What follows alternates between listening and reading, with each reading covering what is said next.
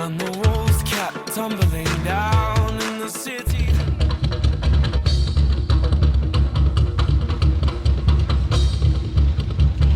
Para penjelajah, apa kabar Anda hari ini? Ya, jelajah Borneo kali ini masih akan tetap mengeksplor, menggali keindahan alam kebudayaan dan juga keunikan yang ada di setiap jengkal tanah Borneo. Dan akan saya hadirkan untuk Anda para penjelajah termasuk sebagai bahan referensi destinasi wisata.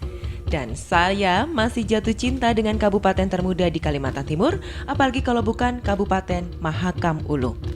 Di sini, tak hanya keindahan alamnya yang masih sangat natural, tapi juga kearifan lokalnya termasuk kebudayaan yang terus dijaga, dilestarikan untuk anak cucu mereka.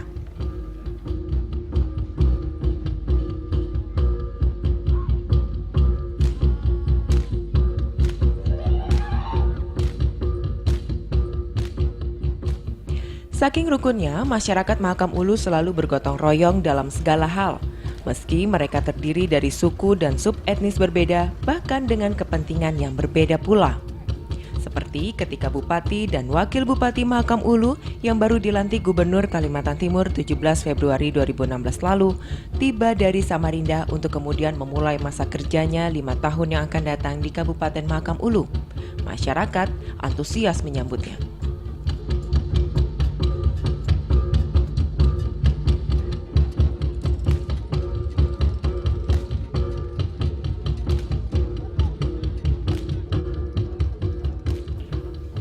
Dengan segala keterbatasan, ribuan warga Kabupaten Mahakam Ulu menyambut pemimpin pada Rabu 24 Februari 2016 lalu. Penyambutan kepala daerah hasil pemilu kada ini menjadi kali pertama bagi masyarakat kabupaten yang berbatasan langsung dengan negara tetangga Malaysia.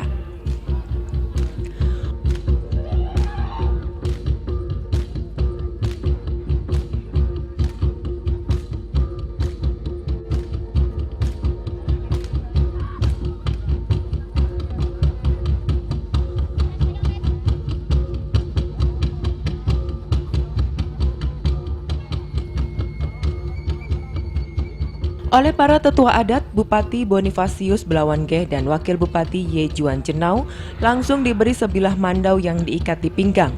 Keduanya juga menerima pakaian dan topi kebesaran adat sebagai tanda penyandang gelar pemimpin tertinggi secara adat. Seruan berkumandang dari masyarakat yang hadir. Para penabuh gong juga memukul gong agar para warga segera berkumpul untuk memulai pelaksanaan penyambutan secara adat sesuai dengan pembagian tugas yang dilakukan. Para penari maupun pengiring penjemputan bupati ikut mengiringi rombongan pemimpin pilihan warga Mahakam Ulu tersebut.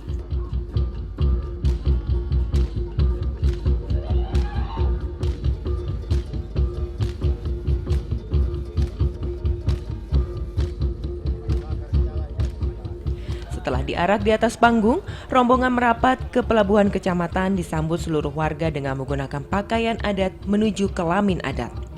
Sebelum memasuki lamin, Bupati dan Wakil Bupati menjalani ritual adat yang dipimpin oleh tetua.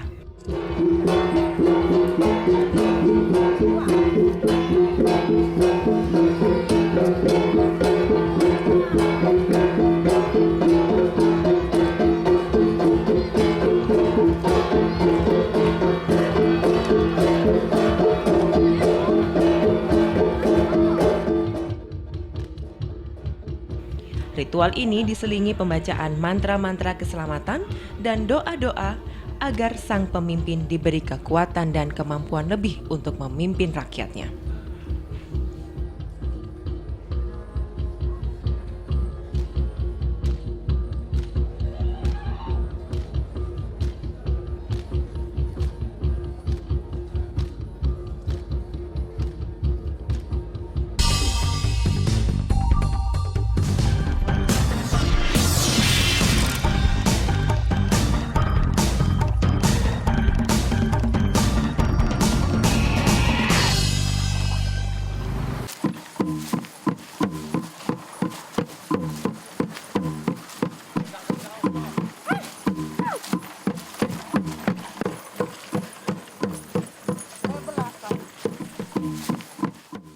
Hudok, inilah salah satu tarian unik yang dimiliki Indonesia.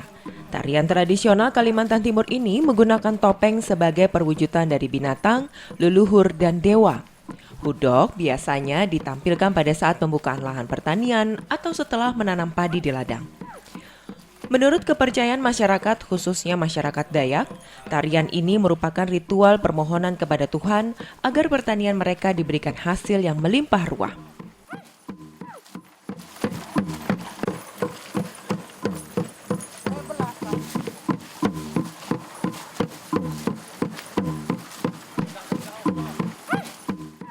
Nama tari hudok diambil dari kata hudok yang berarti menjelma. Maka dalam tarian ini, penari menggunakan topeng yang melambangkan 3 perwujudan, yakni perwujudan dari hewan atau hama yang dianggap merusak tanaman seperti tikus, gagak, monyet, babi, dan lainnya.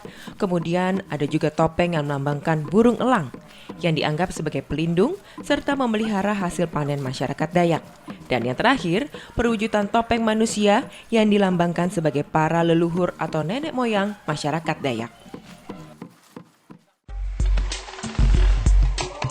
Dalam pertunjukannya, penari hudok tidak hanya menggunakan topeng saja. Penari juga menggunakan baju yang terbuat dari kulit pohon yang dihiasi rumbai berwarna hijau yang terbuat dari daun pisang atau daun kelapa, serta aksesoris lain seperti manik-manik, gigi babi, bulu burung enggang, dan mandau. Pada bagian baju penari hudok menyimbolkan harapan masyarakat Dayak agar tanaman yang mereka tanam tumbuh subur seperti yang diharapkan. Mengenakannya pun tidak bisa sendiri, diperlukan bantuan 1 atau 2 orang serta terbagi dari beberapa tahapan.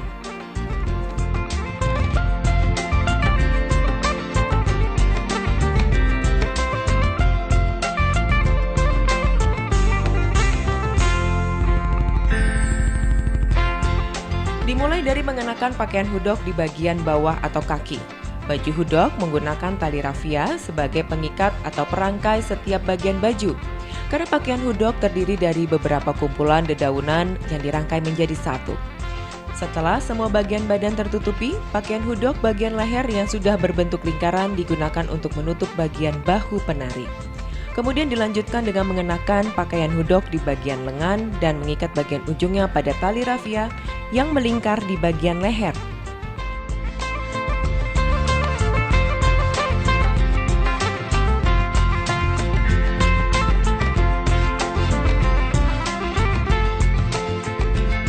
Tahapan berikutnya adalah menggunakan aksesoris. Di antaranya aksesoris yang terbuat dari bahan kulit dan dihiasi dengan manik-manik dan tanduk binatang. Tak lupa senjata tradisional Dayak yakni mandau diletakkan di bagian samping pinggang penari.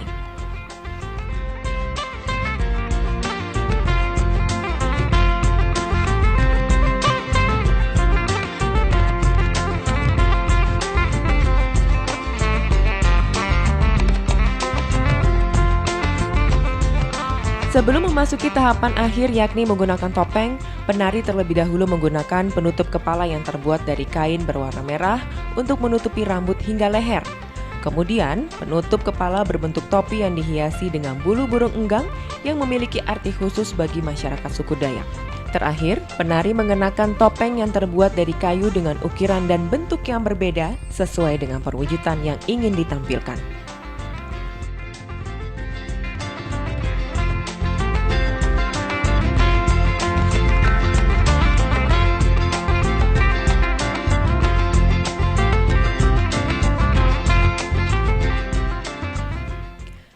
Gerakan yang ditampilkan dalam tarian hudok adalah perpaduan gerakan tangan dan kaki.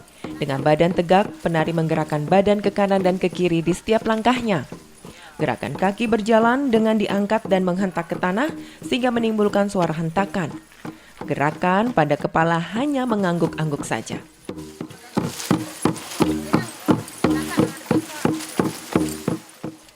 Dalam pertunjukan tari hudok memang terlihat bernuansa mistis. Dengan diiringi alunan musik tradisional Dayak, penari bergerak dalam lingkaran barisan dari satu sudut ke sudut lain sampai ke 4 sudut tersentuh. Seiring dengan perkembangan kebudayaan di Kalimantan Timur, tari hudok menjadi sarana hiburan bagi masyarakat di saat perayaan menanam padi atau acara adat.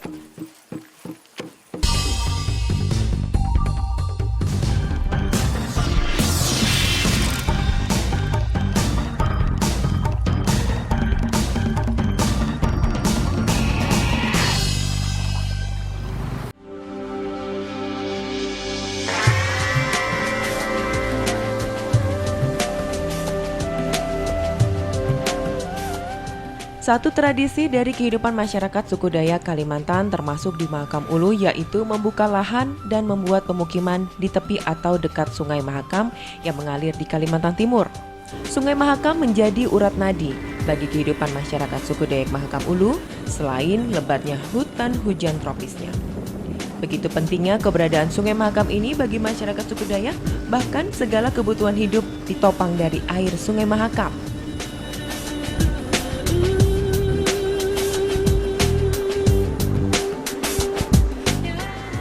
Tak hanya manfaat besar dari air Sungai Mahakam dan juga biota sungai seperti ikan yang bisa dikonsumsi, Sungai Mahakam juga menawarkan keindahan alam yang tak ada habisnya untuk dinikmati.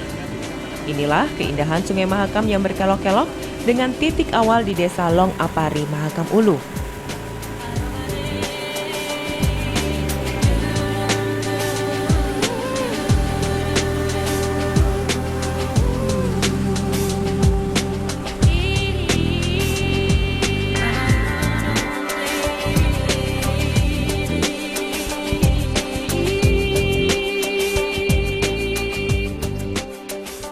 Jika menyusuri Sungai Mahakam di Mahakam Ulu, ada satu hal yang pasti menjadi daya tarik sendiri, yaitu pemandangan batu kapur putih atau biasa disebut batu dinding.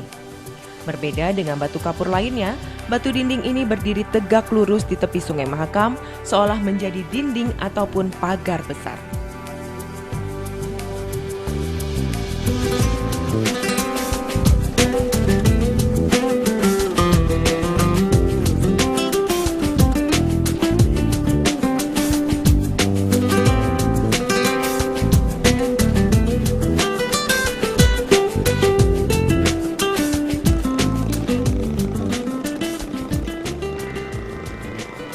Dan perjalanan saya di batu dinding ini ditemani dengan Pak Alfred, Kepala Dinas Kebudayaan Pariwisata Mahakam Ulu. Tak sedikit wisatawan yang datang ke Mahakam Ulu sengaja berhenti sejenak di dekat batu putih untuk menyaksikan keindahan alam ini dari atas kapal. Jadi ini kita sudah berada di seberangnya dari batu dinding, begitu ya Pak ya? Ini namanya batu dinding ataupun batu tenofang dalam bahasa Bahonya. Batu tenofang. Ya, tenofang. Apa itu Pak artinya Pak? Batu tenofang itu artinya batu yang ditebang. Batu yang ditebang? Batu yang ditebang oleh zaman dahulu oleh para dewa-dewa yang ada di Mahakam Ulu ini. Oh gitu, jadi memang di sebelah sana juga bentuknya rata begitu Pak ya? Berbentuk rata. Ini namanya batu dinding, mengandung kapur. Mengandung kapur, kars ya. Tapi ini tidak terkikis oleh erosi arus air ya Pak ya? Sampai sejauh ini belum juga ada perubahan sana-sini. Sepertinya ini batu tetap kokoh, tidak akan terkikis gitu. Oh oke Pak, kita sambil jalan ke situ Pak, kita lihat lebih dekat. Pak, kalau misalnya ini kan Pak sangat berpotensi sekali ya Pak ya untuk dijadikan objek wisata begitu ya Pak ya. Ini kan Bapak selaku Kepala Dinas Perhubungan, Pariwisata dan juga Kominfo. Komunikasi. Ya ampun, ini banyak sekali, ada 3 ya Pak ya. Jadi ini Bapak juga nantinya ke depan akan seperti apa Pak? Mengembangkan objek wisata batu dinding ini misalnya begitu Pak?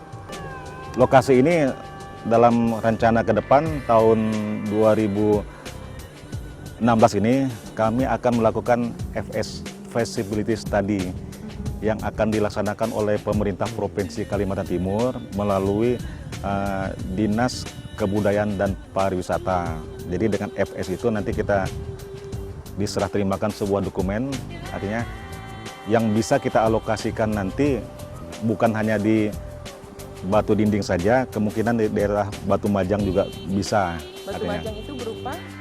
Batu Majang itu daerah pengembangan daerah desa wisata maupun daerah ekowisata. Nah, jadi hasil daripada output yang kita terima dari FS nanti kita bisa menganggarkan dalam suatu usulan rencana program kami, yaitu bantuan pemerintah provinsi ataupun bantuan keuangan ataupun APBD Kabupaten Mahakam Ulu. Kedepannya nanti di sini kami akan membangun sebuah dermaga wisata. Kemudian ada juga kantor yang kita bangun di sini. Kemudian di depan bukit ini sendiri nanti kita akan membangun sebuah yang dikatakan sini UPT. UPT yang dikatakan sini adalah semacam taman budaya untuk 5 etnis yang ada di Kabupaten Mahakam Ulu ini. Lagi kita bisa lihat keindahan alam, budaya, dan semuanya ya Pak ya? Betul. Terbayar jadi ya, Di Pak? daerah pedalaman yang masih pakem sekali itu kita lihat itu di Long Apari dan di Long Pangainya masih pekat dengan adat istiadat mereka. Kemudian daya tarik wisata mereka terkenal di sana ada Sungai Cihannya. Nah, kalau di Long Pangai itu Sungai Tepainya.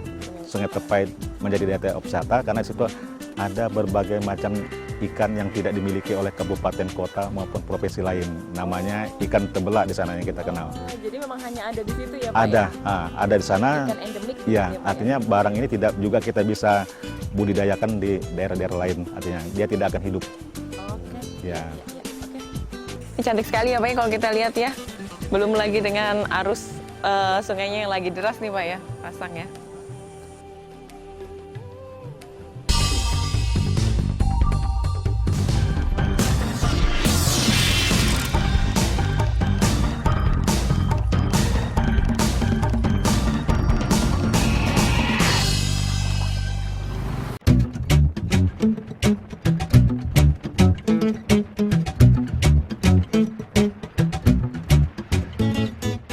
Dan yang tak kalah terkenal di Kabupaten Mahakam Ulu adalah derasnya arus Sungai Mahakam di belasan titik riam. Di antaranya yaitu Riam Udang dan Riam Panjang. Apa sih yang menarik di sini? Ya, sebagian wisatawan baik dalam maupun luar negeri kerap datang ke sini untuk merasakan sensasi melewati ganasnya riam-riam Hulu Mahakam. Batu-batu besar dengan permukaan tidak rata seolah menghadang di tengah sungai. Air mengalir deras, membentur bebatuan, membentuk pusaran lebar dan gulungan ombak setinggi sekitar 1 meter.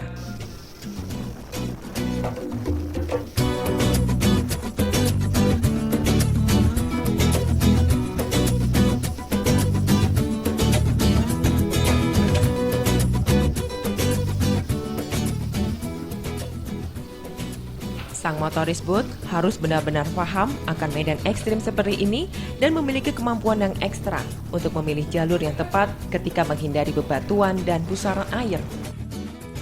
Sebagian penumpang yang lengkap dengan jaket pelampung pun banyak yang terdiam sambil berdoa untuk keselamatan dalam perjalanan melewati riam ini. Tetapi karakteristik riam-riam ini berbeda-beda. Ada riam yang arusnya semakin kuat ketika musim hujan, ada pula kebalikannya. Seperti Riam Panjang, jika air surut, arus sungai sangat kencang dengan bebatuan di kanan kiri.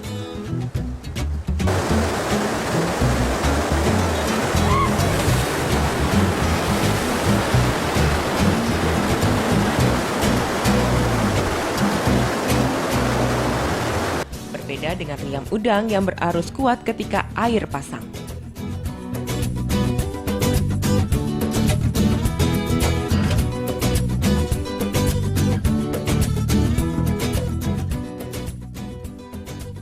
Bahkan untuk Riam Udang, kita disarankan oleh motoris untuk melewati tepi sungai masuk dalam hutan jika air pasang. Karena ekstrimnya belasan riam di hulu Sungai Mahakam ini, tak jarang banyak terjadi insiden kapal terbalik yang menyebabkan penumpang terjebur ke sungai, hanyut, dan bahkan ada pula yang meninggal ataupun hilang. Tak hanya warga setempat Mahakam Ulu saja yang menjadi korbannya, tetapi juga para wisatawan yang datang, baik lokal maupun wisatawan mancanegara.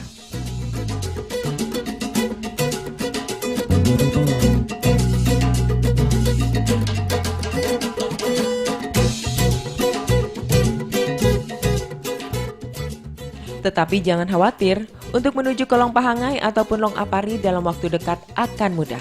Tidak perlu lagi melewati ganasnya riam Sungai Mahakam. Karena Bupati Mahakam Ulu yang baru saja dilantik, Bonifasius Blawangkeh, berkomitmen akan membangun infrastruktur dasar khususnya dalam mendekatkan akses warga ke kota. Ya, ini yang paling kebijakan strategis kami selama 5 tahun ini kan pembangunan infrastruktur ya, termasuk infrastruktur jalan penghubung antar kecamatan, kabupaten ke kecamatan kemudian ke kampung-kampung. Kita pasti itu yang sangat penting ya untuk meningkatkan perekonomian dan taraf hidup masyarakat ya. pasti itu dulu infrastruktur ya, infrastruktur jalan, kemudian pendidikan, kesehatan, pertanian juga, itu kebutuhan dasar itu. Pasti itu yang kita mau bangun dulu.